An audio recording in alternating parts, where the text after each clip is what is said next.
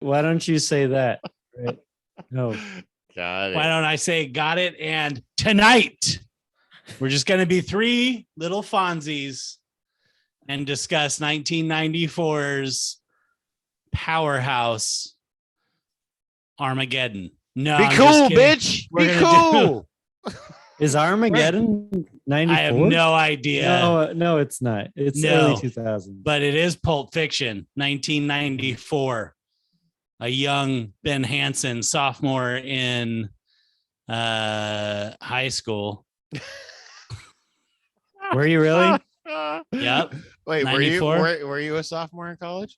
Or was it high school, or was I a freshman? Yeah, because you would have been 94 would have been freshman. Man, That would. Maybe sophomore. No, sophomore year. I bet this came out in the summer. I seem to recall this being a summer film. Wouldn't you guys have been 16, 17? You would have been 17. No, it would have been. Let's do the math. Carry the 414. We're bad at math. We play Warhammer too. Just 14 on the sophomore side. year. Wait, so what year did you graduate? 96. Yeah, sophomore year. Sure. You got held back. Yes. All right. And the math checks out. Thanks everybody for coming. Next time on Math Corner. All two You of you guys just know- stuck around through that. You know what other movie came out this year? No, I don't know. I thought this was the Page Master. only movie. Oh, the Page Master with Macaulay Page Culkin. Master. Age man. Was Hell that your jam? fucking yeah. Mike and I used to watch the shit out of Page Master together. Wow. I'm I think sorry. that I was just too old to want to watch childish cartoon movies anymore. And instead, it was all about a phenomenon called Erotsukadoji, or Oh, the shit. Legend of the Overfiend. Oh shit. Very popular at that time. Let's move on. Yes, I please. got to watch this movie on my Showtime app that my fiance got to watch the new Dexter. Probably the second thing I have watched on that. Poor Showtime, man. Like, remember when it used to be Showtime, HBO, Cinemax? Like, there was tons of great stuff on each of those. And now HBO has a stranglehold. Cinemax, I don't think exists Nope. anymore. And Showtime is the shittiest app ever. Yeah, I think it tried to come back with that. What was it? The really shitty version of Rome? It was like just Oh, is it yeah, right. flat- FX was doing it for a while, right? Or Stars was. That's Oh, what happened to Stars. FX? FX was like freaking. Yeah. Oh, FX is Bomb. all over Hulu. FX Ah. is still around. Sunny in Philadelphia. They just did Why the Last Man. None of this has anything to do with Pulp Fiction. Come on, guys. Here's something that does have to do with Pulp Fiction. The fuck I gotta pay all this money to watch y'all shows for? Y'all fucking pissing me off. It used to be great a couple years ago. Get some internet, get a streaming service for you, pay for Netflix, get some DVDs in the mail. I saved money. Right. Now you motherfuckers getting all up in my shit. Well, Like everybody's friggin' Zed. taking all their IP, they're all their intellectual property, and they're like, no, this is ours. We get to make money off it. That's Paramount is out now. Next up's gonna be like Orion. You watch all the movies from the 80s.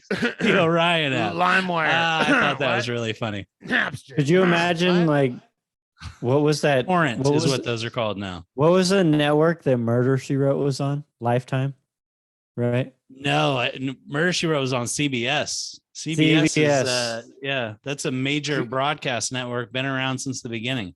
When there were Well- 3 channels, that was one. And you can still F get that good one. entertainment I think on I broadcast mean- television. I mean Buy an Lifetime. antenna. Oh, Lifetime. Where is the Lifetime of streaming services? Just television for women over 70? It's all That's over what the it's- place. That, It's all of them. that they're content all is for still women on over broadcast 70. TV. So those people haven't bought a smart TV yet, and they know what an antenna is and how to hook it up. Like, it's crazy, right? But like broadcast television has got a lot What's of an content antenna? on it. Exactly. I mean, I could still hook All right. it up. I could still hook up to broadcast TV and watch Night Court. All right, let's talk about What Night is Court. Shit, Pulp- Night Court. Let's talk about it. Night Court. Marquee Pulp Fiction. Post. Bull. The John bailiff. Larroquette. Bull. John Larroquette, the judge. Yes. It's All so right, but good. seriously, before we get too off the rails, trivia. What is the name of the diner where Honey Bunny and Pumpkin rob right in the beginning? Good question. I don't Waffles, know. waffles, waffles. Ooh, it's the Hawthorne Grill. Point goes to Joe. Good job, Joe. Hawthorne Bringing it back. I like it. It's the Way tie. to go. Way to go. Are we just throwing out trivia now? Is that what we're doing? Boot up and suit up. You win every time. Sure, I've got to Get get ready. ready. You don't got to get ready. So this movie comes out. This movie changes people. Russ, let's do you first. What do you rate this movie? What do you have to say about it overall as a totalitarianism? You know, this movie's damn good, and I don't think there's a scene in it that I don't like watching. What was There's your some- favorite scene of the last hour? Marcelo the last Wallace. hour of the movie? Which one? First hour. I mean, it's the whole dialogue between Samuel L. Jackson and John Travolta.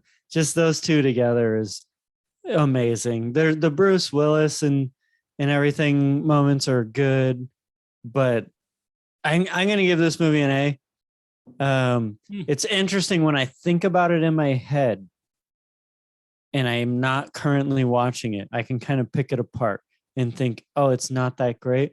But when I turn it on, this movie fucking rocks.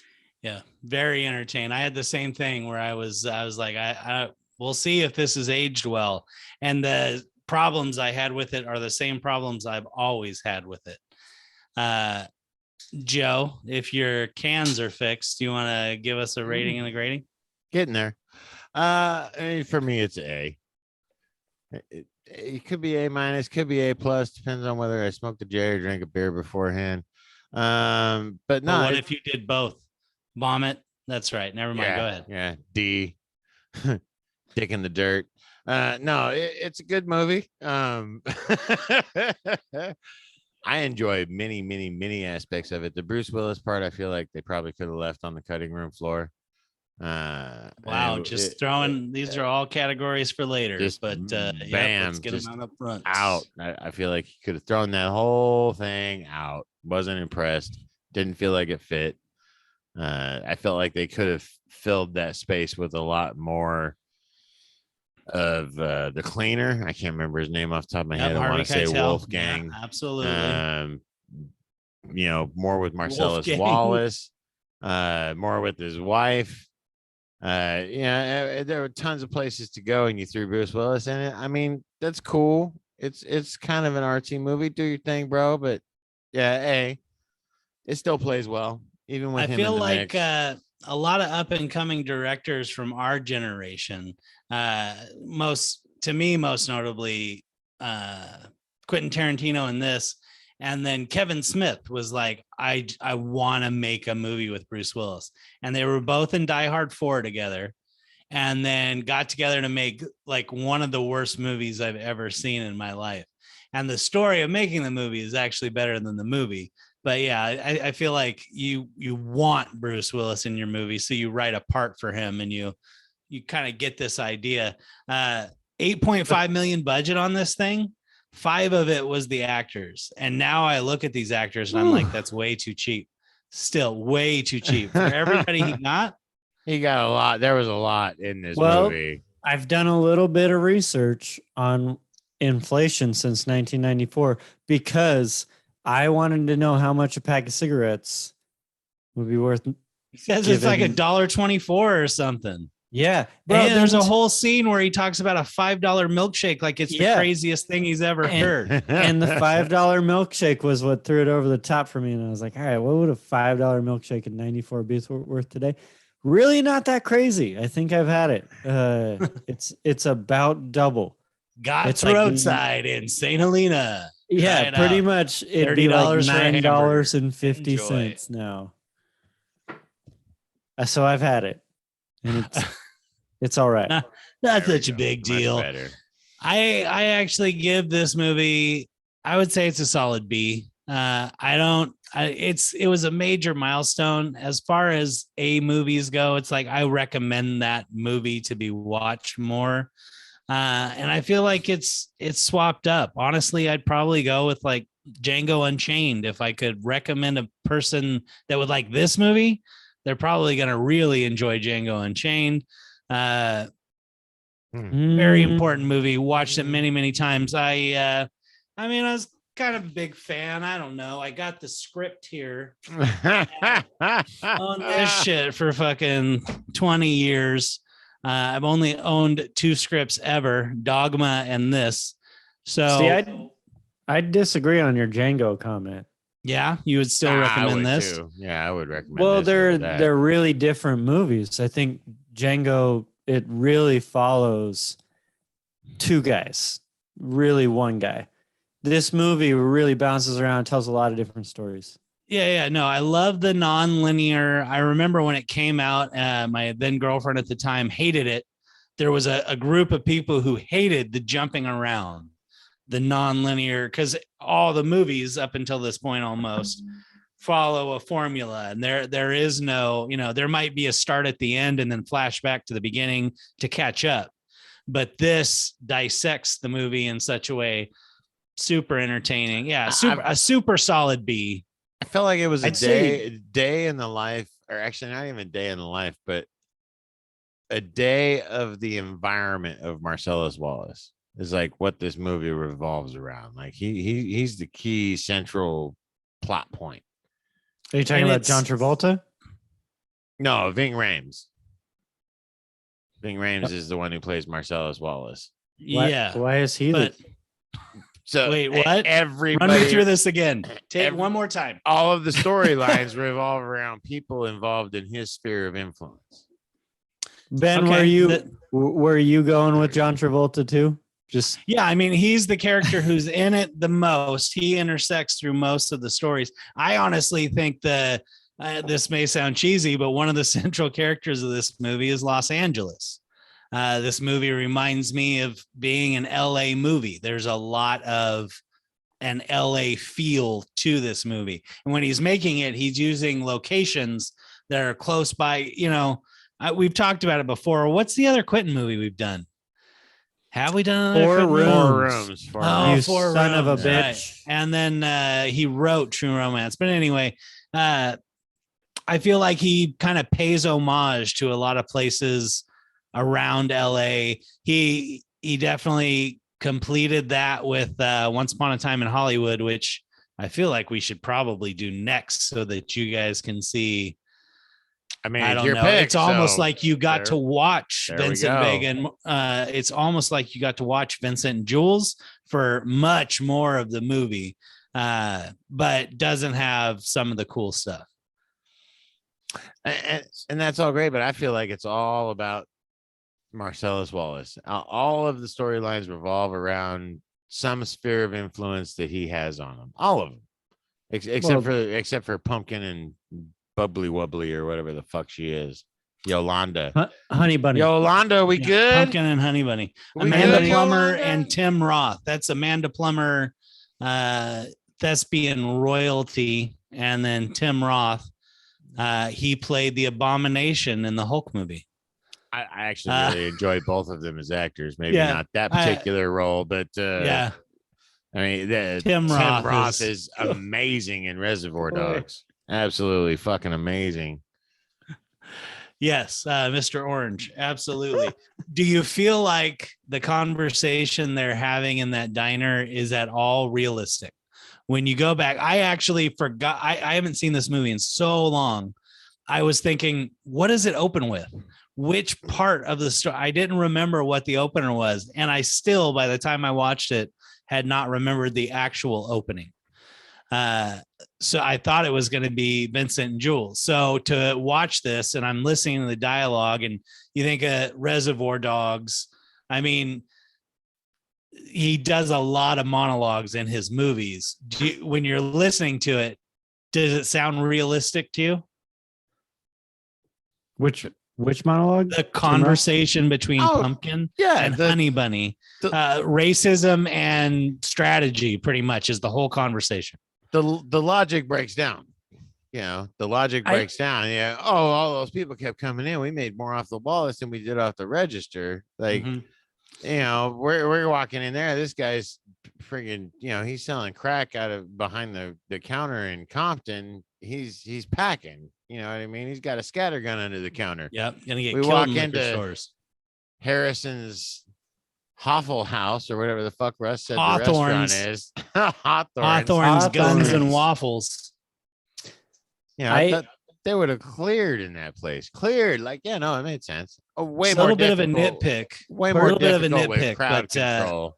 how come nobody else was walking in that place the whole time they're in there? There's no more customers. Whatever. Anyway, just little nitpicks. Personally for me, like the conversation, And how come wasn't And anybody it's- walking out? Like nobody wanted to pay their bill. Nobody was trying to go home. I didn't see any leftovers getting boxed up. Like what the fuck? Dude, when he puts the gun to Not enough fucking Honey Bunny's pancakes. neck, what when he the puts the hell? gun to Fuckin's neck and she's freaking out, somebody would have tackled her. Somebody would have, there would have been a scuffle. Oh, dude, the whole right at front that moment. half of the restaurant would have been empty when Vince Yep. came out. Yeah, And figured, right? They had that little snap. Like, Yeah. ooh, it would have been a fucking like stampede running with the bulls in Spain and shit. Yep. Black Friday. Guns in Navarro. Your question about how realistic is that conversation though? Just it's that Quentin Tarantino style where I feel like too much they just don't breathe while they're talking. They're like hyper, I don't know, like coked up, just in saying their Which line. they might be. And yeah, but it's not a normal dialogue. And the fact that they say it so quickly and without any like real thinking, they don't pause. I don't buy it. Like in his whole style is like that. It's fast delivery, a lot of words. Well, which is funny because if you directly contrast that to the scene that he closes the movie with, which is the conversation between Vincent and Jules in the same diner leading up to the circular notion behind this movie, they have a very well spaced and paced conversation. Yeah, it's much different. Jackson and Travolta have a much different kind of conversation. Yeah, with Plummer and Roth, I feel like they kind of get into a much better groove when they start talking about why they want to rob this place and how they would, and then they get excited to do it. Like that part sounds like, oh yeah, he's thought about this. He's brought her here today for this reason. The rest of it is really kind of posturing.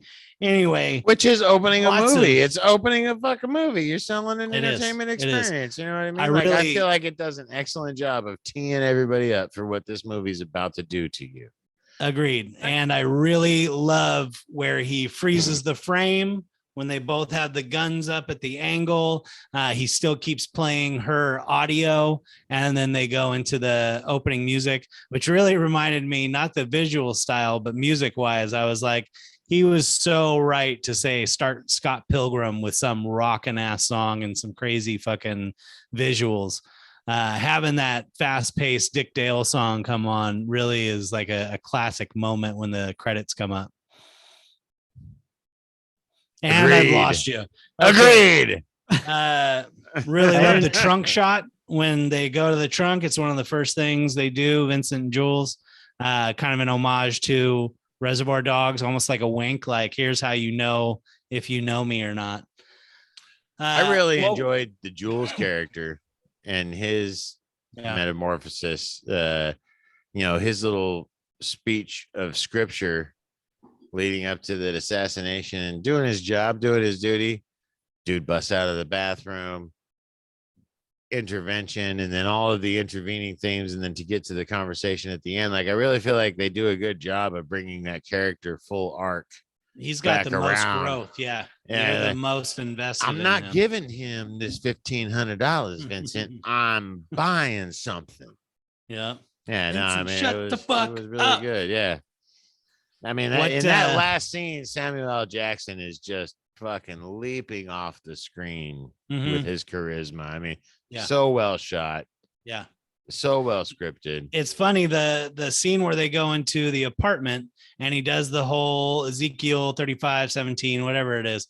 I find that whole monologue before they shoot him much less fun to watch than when he is fucking with Brett and eating his burger and drinking his Sprite. I've always found that much funnier. He's like, no, you're dead. And I'm telling you with body language. And yeah.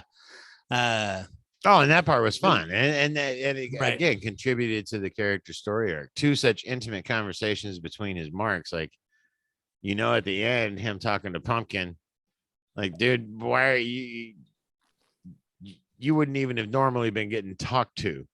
And the other part, shepherd. Little nitpick, he holds up this ratty ass, scaggy friggin' wallet that'll barely close because it's so full of cash. And then when he pulls it out of the garbage bag to give it back to him, it's this nice little trifold. Folded up nice and tight. That was Quentin Tarantino's actual wallet. Was it really? Nitpicking moment. What's that? The whole movie? Go ahead, Russ. Ruin it. Just quoting Joe. Just nitpicking moment. The wallet. Yeah. Different wallet. All right. Well, let's nitpick about the background. I find myself now when I watch it, I can watch the background so much more. Vincent's, all of his movement in the apartment while Samuel Jackson is front and center. Everything he's doing, the cues he's got, like by the time it switches to show him when he's reading his little Bible passage, he's got his gun out and he's ready. He's like, oh, this is the part where we shoot him. Oh, yeah. Yeah. His shit's fun. All these years later, what's in the briefcase? Gold. I mean, I don't know. It's so bright. Like, what could it be? His soul. Marcellus Wallace's soul. Somebody once told me they think it's the Holy Grail. That's fair. And I kind of, with the whole divine intervention, thought that's not bad. I don't find anything to corroborate it though. Googler, do you have anything? You look like you're at the command center. Dude, beep, boop, boop, beep. It's the Holy Grail. You really want to know? Yep. It's nope, never mind. It's his fucking soul. Oh shit. That's funny. Yeah, as shit, it's dude. So the band-aid on the back of his head is the scar where the soul was taken out. The combination of the briefcase is 666. And then the theory comes from, in Chinese culture, your soul is removed from the back of your head. Interesting. And he's huge. Holy fucking Chinese shit, culture dude. guy. Monster Joe is right again. Nice. Very good. Yeah, and it's funny, before you mentioned that, I never would have Googled that one specific thing. But every time I watch this movie, I'm like, why is he a goddamn Band-Aid? What? I noted it, but until you've just said that, I've never asked that question before when watching this movie. But it's funny that they absolutely framed that shot. Huh. Interesting. Who knew? I probably heard it in the scuttlebutt. I talked a lot about this movie back in the day. Here's another one. Okay. In the original screenplay, this ruins it. Hey, I got something about the original screenplay too. Go ahead. It's diamonds. Yeah, boring. Fucking boring. Lame. In the original screenplay, there's a whole scene that's cut out when Vincent Vega goes over to get Mia Wallace, where she interviews him. And she actually, one of her first questions for him is Beatles or Elvis, to which he replies Elvis. And that's what she references when they get to Jackrabbit Slims, is an Elvis man would love it. That's where that's supposed to come from. I was wondering where that was coming from. Yeah. Mystery solved. $150K to build the Jackrabbit Slim set. Why is that just walked around and was like, yes. Why is that place not a place? I know, right? Dude, that place looks fucking awesome. I know, right? Like, why is that not a thing? Humphrey Bogart, right? Is that the guy who was the friggin' Mater D? No, who was it? No, that's the Ed Sullivan. Yeah. How is Really that big not a thing? shoe. How is Yep. that not a thing? It's a great question. There is some place like that. I've been to a restaurant where you got served by fantasy characters and movie characters, and people were in character. Like Steve Buscemi, or no, Disneyland. Yeah, I did dinner or breakfast with the characters once. It's you know what? You guys go do your thing here. I'm gonna find it. All right. Yeah, dinner or breakfast with the characters in Disneyland. Goofy smelled like weed. I'm just saying, maybe that's how he keeps Goofy. But boom, boom. He'll be here. Eric all week. Stoltz No, in this movie. Not just once a week. How come Eric Stoltz isn't in more movies? Russ? Which one's Eric Stoltz? Oh, dude. I'm Gingers supposed- everywhere are I pissed. freaking hated that he wasn't a bigger thing. Always. I have always hated it. That guy? Yeah. You know why I don't care? Because I don't like redheads. Yeah. That's why why I never- asked you. Anywhere. Name one redhead in a movie who's not a Don't bring woman. a fucked up poo butt to my house. I love that when she's getting out of bed, when she's all pissed So off his good. wife and she kicks her way out of the bed. I'm like, that's how I want to get out of bed every morning. Like, fine. So mad I gotta get up right now. Yeah. How crazy is that scene? That was a really fucking famous scene. I mean, it's the most memorable scene in the movie. I'm asking the tough questions tonight, guys. All right. Wait. Like that's the most unforgettable scene in the movie for me, but I hate watching it. Yeah. I I personally used to not watch him shooting up, but now it's like whatever. I watch The Boys, like whatever. dude, the adrenaline shot to the heart. Like Yeah, at that yeah. time, Yeah. that Oh, was yeah. the best scene. That's All- what I'm talking all the about, way. dude. The build up to like the fact that he does this whole dialogue about how he's got to pierce it, and he says that more than once. And he's like, "Get So me I a stab her marker." 3 times. Yeah, No, you don't he- fucking stab her 3 times. That was That's so one of my good. favorite. He That was keeps so telling good. the other chick, "Get me a marker so he can make a." Yeah. It's just Told like him a black magic marker, and she gets It's- him red. it's too much for me. That seems so messed up. Dude, it was so good. And then It was so good. yeah, Rosanna Arquette. That was fucking trippy. There's another Arquette in this movie. David, Did you know that? is it No, David Arquette? no, which one was it? No, David Arquette's not in this movie. The kid who comes out of the bathroom and shoots at Jules and Vincent and then gets shot twice immediately after. That's Alexis Arquette, who would go on to play George in The Wedding Singer. Hmm. God, his name's Danny Alexis. DeVito's in this movie. He did change his name to Alexis when he also changed his gender and lived out the rest of his life as Alexis Arquette. Fair enough. Apparently Good dead. stuff. Yep, unfortunately. Very sad. We talked about it during Apparently Wedding dead. Singer and you've completely forgotten. It happens. Russ isn't shocked, so you know, there's that. So you got the I first mean- half of this movie, right? Who? Who? Yeah. So you got the first half of this movie where they introduce Butch. You follow Jules and Vince, and then you go to Mia Wallace and she gets stabbed in the heart. And then we switch up into the Gold Watch. Gold Yeah, Watch to 7 me is years like, in a butt. 2 different butts for 7 years. what But wait, the fuck you are are talking butt. about? That's the watch. It was Russ is hidden keeping, in Oh, a- right. Say yes. Russ, yes. Russ is keeping time in butts. I forgot. Yeah, I'm like, I'm How did already you moving forget? to. How did you forget that? Because I was paying more attention to Walken's Nothing. mannerisms this time. But no, Nothing you're right. important. 7 years with this uncomfortable hunk of metal shoved up his ass. Well, only Uh, 2 in his ass, 5 right. years in the other guy's ass. Right. A lot of ass and butt. Sharing is caring. It's true. Wow. Sometimes it takes the village.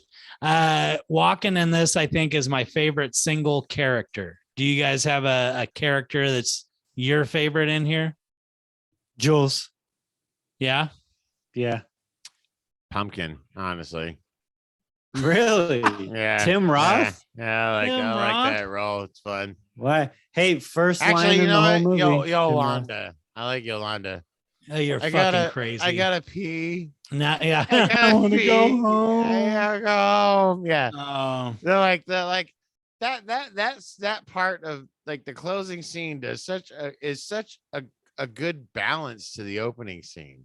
right. Where they Like seem from where vicious. you just seem like these people are just cold-blooded motherfucking killers, and then at the end of it, she's like, "Don't hurt him, please. Don't no. hurt him. I just want They're to go banking home."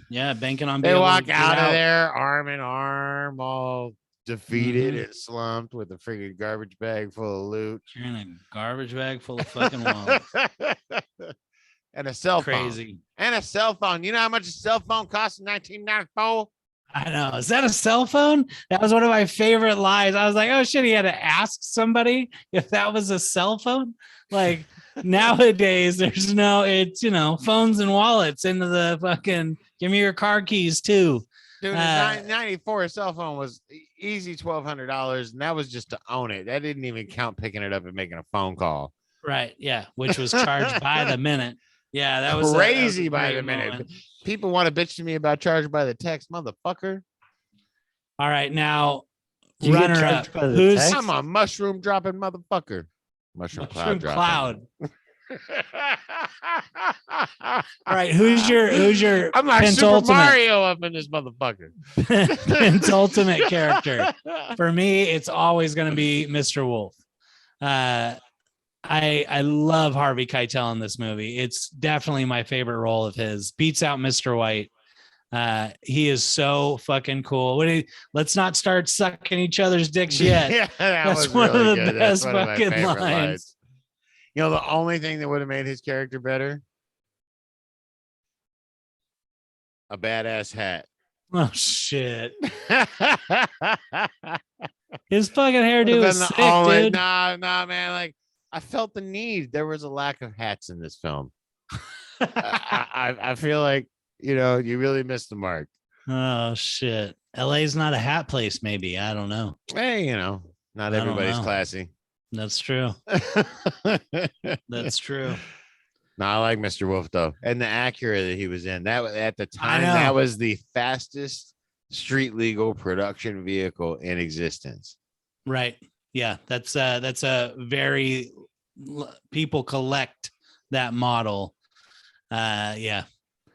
Russ, just because did you like any other characters except for Jules? I like every character in the movie, honestly, but I just really like Jules and Vincent so much that I'd Gotcha. have to go to Vincent. But Well, then let's talk about you liking every character in the movie, because Fabian is one of my least favorite characters in a movie I've ever watched.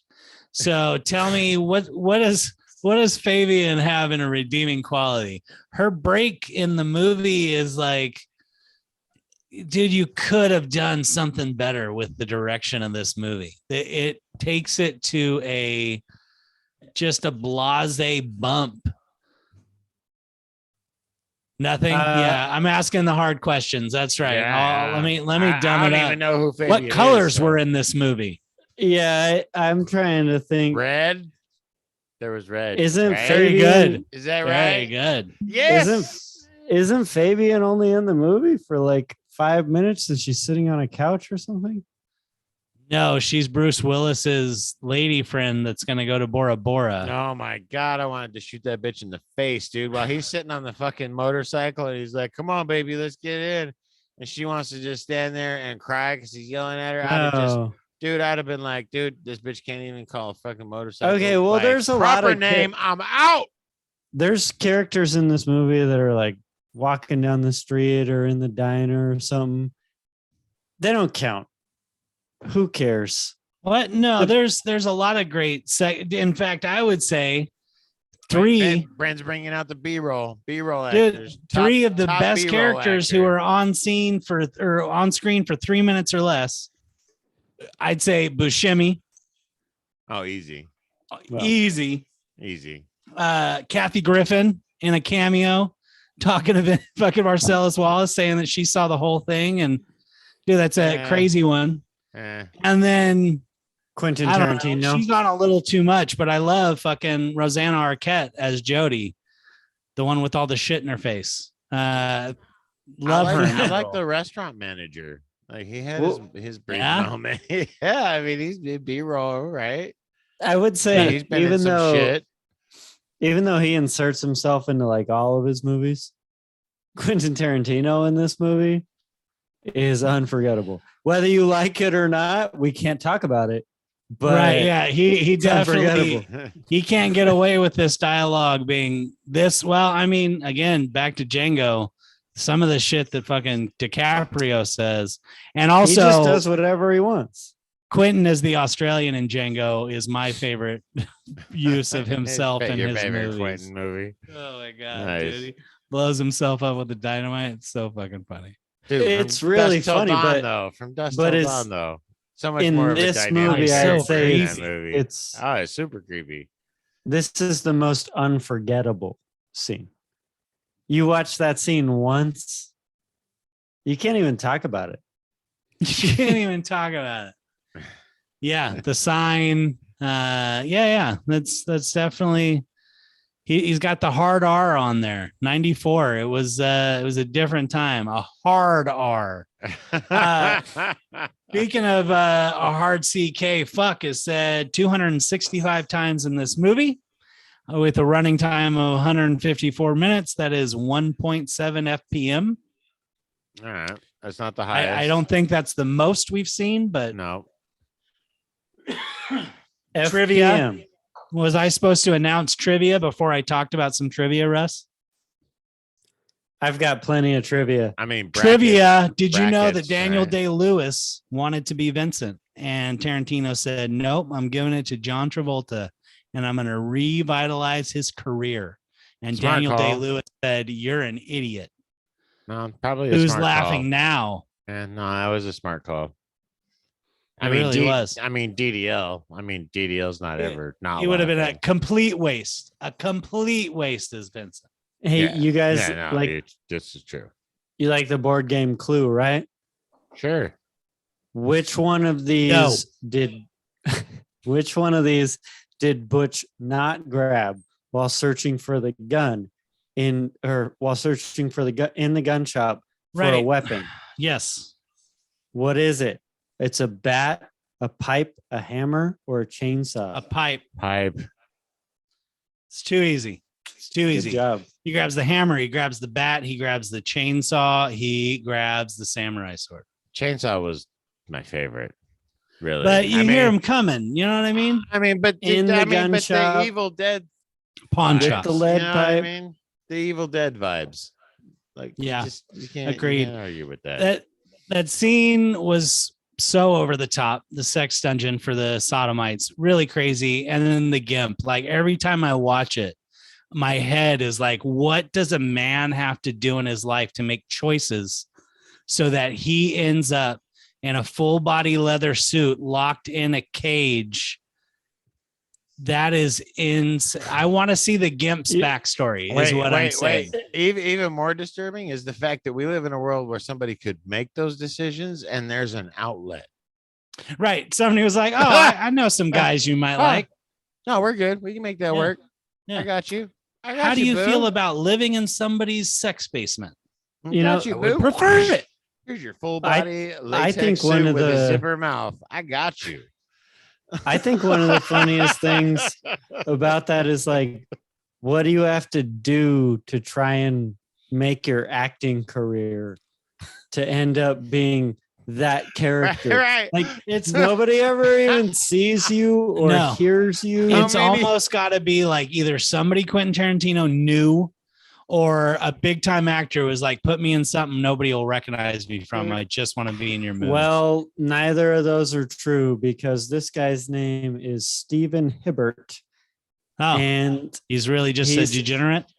he kind of looks like I don't even know, but he was in The Cat in the Hat, The Spy Who Shagged Me, and National Treasure. Hey, In that's addition Mike to this movie- Myers. But that's like Mike Myers was the gimp. Is that what you're telling me? Boom. No. Hot take. You saw it here first, ladies and gentlemen. Oh, Covered in behave. film. Bringing you the secret identity of the gimp. Because that's what we do. Who noticed the box of Fruit Brute cereal when Eric Stoltz is eating cereal late at night before Vega shows up? Yeah. Yeah. I You know didn't- that's a real cereal, just like I didn't actually notice the Blueberry box.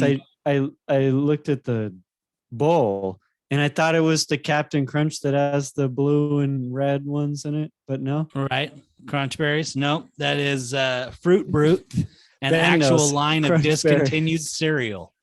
That box is actually Quentin Tarantino's. He has saved it. I was going to say, I just saw one while I was browsing for Necrons on eBay the other day. Did And, you? yeah. it How was- about the other discontinued line, Yummy Mummy? Oh, yeah. No, I found one of those unopened, sealed. What did Wow. you say it was called? Fruit what? Fruit Brute. Fruit Brute. Why? Why wouldn't it be Where's called something else? Oh, what? It's You such mean a- like Fruity Pebbles? Because it's taken. It's corporate America. I guess Fruity Pebbles also is very stupid. I'm trying to figure out Fruit Brute, but I don't have to. You don't. We can Amen move to that. straight on Yes, we can move to right through the it. UC Santa Cruz Banana Slugs t-shirt that John Travolta wears. And I can't help but think, God, I'd love to have that t-shirt. That would be, people would be like, where do I know that from? I almost or, went you that know, route go instead of the Slugs. tie, but hey, One of the Slugs. things that just dates this movie so much is in that scene when their shorts. You're just like, are these guys wearing their pajamas because they're so comfortable with Marcellus Wallace that they wear their boxer briefs? Oh no, that's how people used to dress in 1994. Absolutely. so that's so funny that you bring that up, That's Russ, casual because wear. That's As comfy. as a person who only has bought one pair of shorts in the last decade, like there's no way I keep track of short styles. But what I can tell you is based on the way they tied their tie and how thin their tie was and how close it was to their belt line, dated the movie. Huh. Dude, when he's wearing those Fashion shorts, talk. when he's wearing those shorts and he gets right up to Bruce Willis's face and he's like, "Yeah, you heard me." Oh yeah. I ain't your I'll friend, fight Punchy. you." Not your friend, Palooka. Dude, yeah, you I could actually just, like that. I like that scene a lot. Vegas flex on him, and that is like, damn. You could touch the top of his leg hair so easily and it would be so uncomfortable. Like Only if you rolled a one, baby. Only if you rolled a one. that scene, just like I can't imagine. I can't imagine having that conversation and basically being naked. The whole in a time bar. Russ is beating this dude down, and he's like, "This motherfucker better not grab my thigh hair.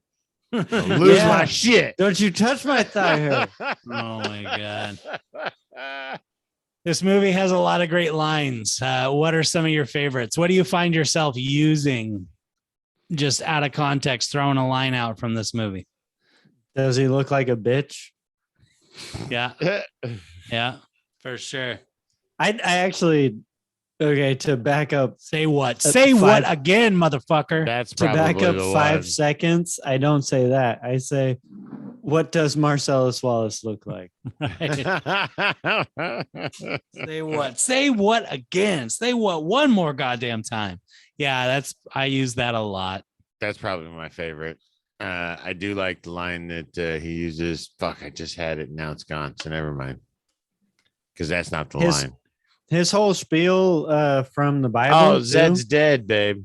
Zed's dead, Oh, yeah. baby. Yeah. Zed's dead. Yeah, But his whole I can skip the Bible reading now. Like I don't know. It's like a trope I'm done with. when I listened to it this time, I appreciated it more than I had in the past, and I used to find it annoying in the past. And it was like a trope or whatever.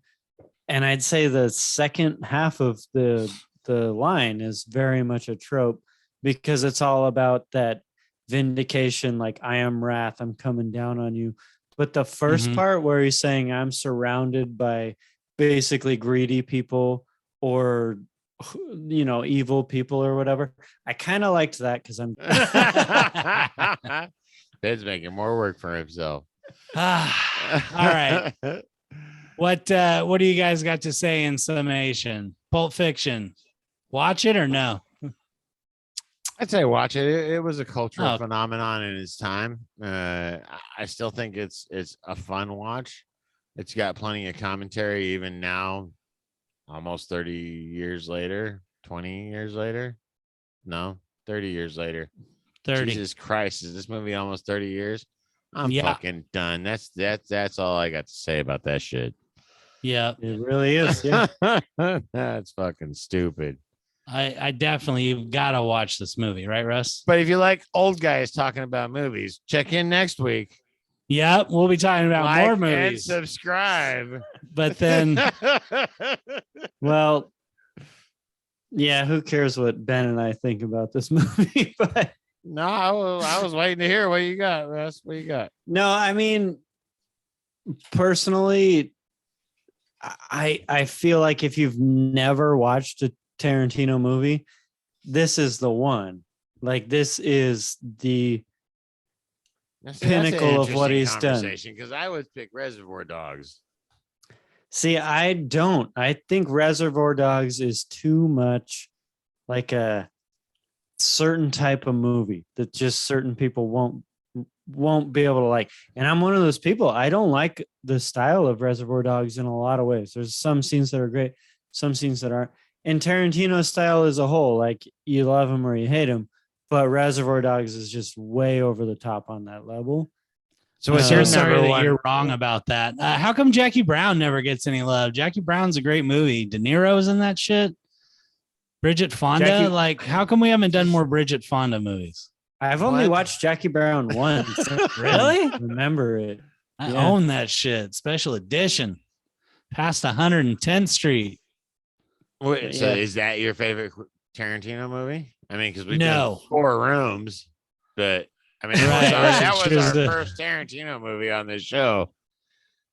Some commentary Sorry? has to be I'm made. sorry.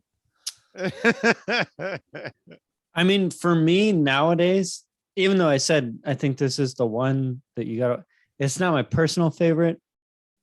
It's probably Inglorious Bastards. That movie's so fucking good, and I really just love the villain and the stupid Brad Pitt quips that he makes, and I might have to The agree. story. Dude, that's one of my, I can watch that movie. I have watched that movie probably more than any of his others. But Reservoir Dogs, though. Yeah, no, that's probably mean- a close runner up, and then followed by Pulp Fiction. Again, Once Upon a Time in Hollywood, you guys should watch. I will. I won't. I will. You'll have It's to pick it. it's a beautiful ode to LA. It's a great little meandering, like what would have happened. It's a what if in the Tarantino movie verse. It's great. So I don't know. I haven't done Reservoir Dogs. Reservoir Dogs is a great fucking movie. Like, God damn when it, did that Chewbacca. one? When did that one come out? 1965, No, Nope. let's say it was- 92. Yeah, so 92. that Close. was Close. he first introduced this choppy storytelling in Reservoir Dogs. Like that was really the big thing that Reservoir Dogs blew out of the water. Kind Was of, that though. choppy Yeah. storytelling? Yeah, it was just really indie. And this one, he got to explode. This is one of the first movies that used the internet to market. I just felt like Pulp Interesting. Fiction was Before a Blair little more Witch? polished. I don't It know was if it's just- before Blair Witch. When was Blair Witch made? I'm not actually typing anything. It's the Google. It's the Google race. Russell get it. But no, I mean Reservoir Dogs. I don't know, man. Reservoir Dogs was 99. 99. You're welcome. for So the this is internet. before. Yeah, so It was they're all before. biting off of Tarantino, all of them. All of them. Yeah. every movie that's ever made after 92 is just a Tarantino ripoff. it's weird, but there for sure is a period of time where that's the case with That was 60 true. to 80% of the movies. Yeah, he came out and was like, "Oh yeah, you can give a shit about what you're putting into the movie rather than just giving a shit about the movie overall." Like he wanted to make something packed full throughout the movie rather than just arcs that you follow. Yeah, it was pretty cool. So here's He a also, his best work, he worked on the screenplay for The Rock. Welcome to the Rock. So I mean, it's Sean Connery, like, I mean, and Nicolas Cage. I could go on. Did either of you guys get into and this is a late episode fun facts, but the Trivia. ridiculous Sorry, you gotta announce it. brackets, right? Brackets. Brackets. Headlines. Trivia.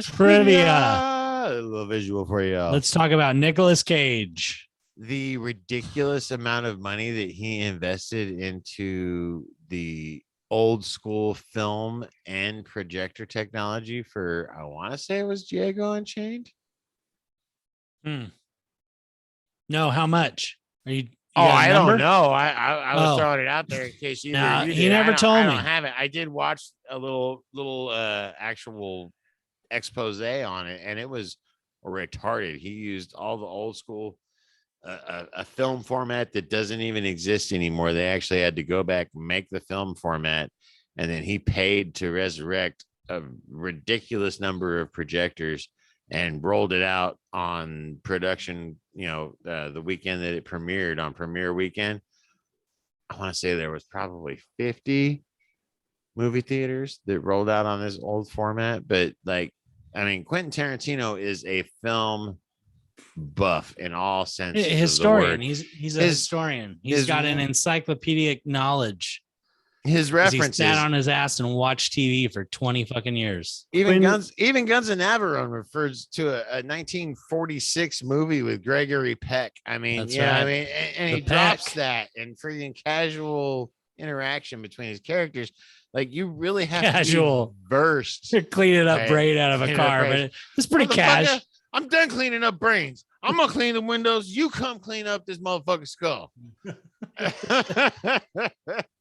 Dude, when he's got the pieces of brain on the side of his face, dude, when they're so first good. at It's Jimmy's so house. good. Oh my so God. good. I'm like, I can't even, they wipe down that car. They're sweating in that car, wiping it down, covered with blood from, oh my God. Dude, could you Makes my imagine skin the crawl. smell?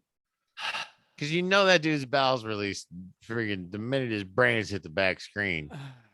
Every time I'm like, dude, they wouldn't be mad about the fucking hose. By then it'd be like, get this fucking hose on me. Let's go. Yeah. Shit, this is better than County ever was, motherfucker. Hit me. Yeah. And you gave me soap. Now we got the lie. Quintenin and Tarantino by written Directino. Cool.